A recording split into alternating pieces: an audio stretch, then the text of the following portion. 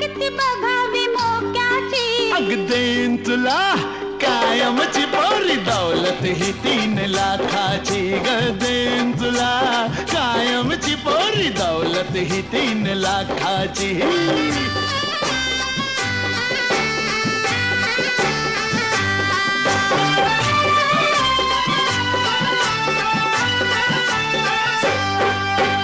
जडबडी कशी घडबडी बघू अजंठा वेरुळलेणी. अग तिथलीच तू मूर्ती ग तुला चोरून आणलाय कोणी.